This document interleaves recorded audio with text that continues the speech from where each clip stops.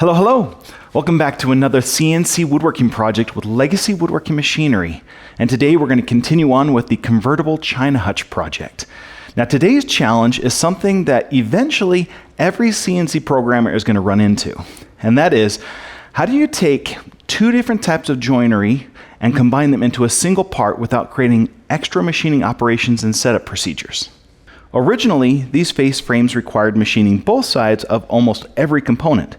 That meant flipping parts, setting up a second operation, and introducing more opportunities for error. But with one design change, we were able to eliminate an entire machining operation and produce every rail and stile from a single side of the material. In today's video, you'll see how redesigning the joinery, planning the toolpaths, and simplifying the machining process helped us build these face frames more efficiently. Let's get started. The lower cabinet face frames use two different types of joinery. The first is a series of dados that receive the cabinet sides and panels. The second is the isolock joinery that connects the rails and stiles together. Originally, those isolock joints were designed as lap joints. That meant the lap joint needed to be machined on one side of the material, while the dados had to be machined on the opposite side.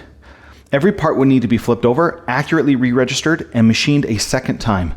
Every extra setup costs time. Every time you handle a part, you create another opportunity for something to go wrong. So instead of redesigning and machining processes, I redesigned the joint. By changing the isolock from a lap joint to a through joint, both the dados and the isolock joint could be machined from the same side of every component. One small design change eliminated an entire machining operation. That's the kind of thinking that helps turn a CNC from a cutting machine into a true woodworking production system. Let's start with the stiles. These are the simplest parts because they receive the female side of the isolock joint. Every feature on these parts are machined with a single 3/8 inch down spiral cutter. The reason this works is because the female isolock joints are created as part of the outside profile cut. So instead of treating the joinery as a separate machining operation, it becomes part of the shape itself. The dados are machined first while the blank still has full support. Then the outside profile is cut, including the isolock joint details. That sequence keeps the process simple. One cutter, one setup, and no unnecessary tool changes. Each stile remains attached to its original blank using 3D tabs. Those tabs are important because they keep the part from shifting during the final profile pass. The goal is to hold the part securely until the machining is completely finished. After machining, I release the part at the bandsaw by cutting through the tabs, and then clean up the remaining tab material with a flush trim router. Because of the width of these stiles, they couldn't be nested efficiently in a single blank without requiring much wider stock or glued up blanks. So instead, each stile was machined from its own prepared blank. That eliminated glue ups and kept the workflow simple, clean, and repeatable. The rails required a much different strategy. Unlike the stiles, these contain the male side of the isolock joint. All four rails, the top and bottom rails for both face frames, were nested from a single workpiece. That means loading one board instead of four separate blanks. Less setup, less handling, better material utilization, but the machining sequence becomes much more important. The dados pass directly across portions of the male isolock joints. If those fingers were completely machined first, they would become fragile and could chip, flex, or break completely off during the dado operation. So the goal was to keep as much material support as possible for as long as possible. The process starts with a 1/4 inch down spiral cutter. That smaller cutter is needed because some of the male isolock details are too tight for the 3/8 cutter. But at this stage, I'm not cutting through the entire part. I'm only machining the detailed areas of the isolock joint that need the smaller cut. That leaves the rest of the blank intact and keeps the part stable. Next, the dados are machined while the workpiece is still at its strongest. This is the critical part of the sequence. By cutting the dados before fully releasing the isolock fingers, the material has enough support to reduce the chance of breakage or tear out. Once the dados are complete, the 1/4 inch cutter returns and finishes the isolock joint completely through the material. And finally, returning back to the 3/8 down spiral cutter to finish cutting out the profile shape of the rails. At that point, the delicate joinery is already complete, the dados are finished, and the parts can be safely released from the blank. Nothing about this sequence is accidental. Every operation is planned to maximize rigidity until the very last cut. Sometimes the smartest toolpath isn't the shortest one. It's the one that gets the best result.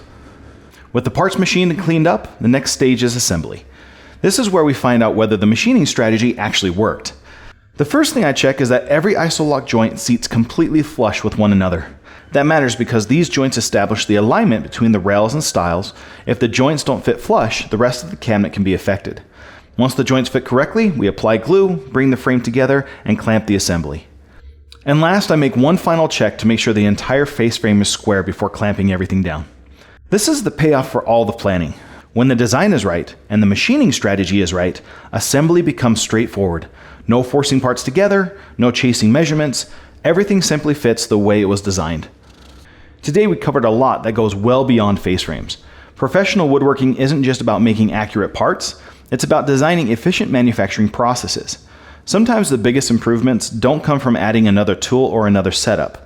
They come from asking better questions. Can this joint be redesigned? Can these operations be combined? Can this part be handled one less time? Those are the kinds of decisions that improve quality, increase productivity, and make every future project easier to build. That's what legacy equipment is built to help woodworkers do. Not just cut parts, but develop the workflows and confidence to build like professionals. Now we'd love to hear from you. Have you ever had to redesign your joinery or perhaps change your machining strategy so that you can eliminate extra setups? Or would you approach this face frame differently? Leave your ideas and comments right down below. We like to read every one of them, and many of your questions and ideas help inspire future videos. Now this next part may not be for you, but we do have project plans available on Legacy's website at legacywoodworking.com/projects. And we'll leave the link in the video description below.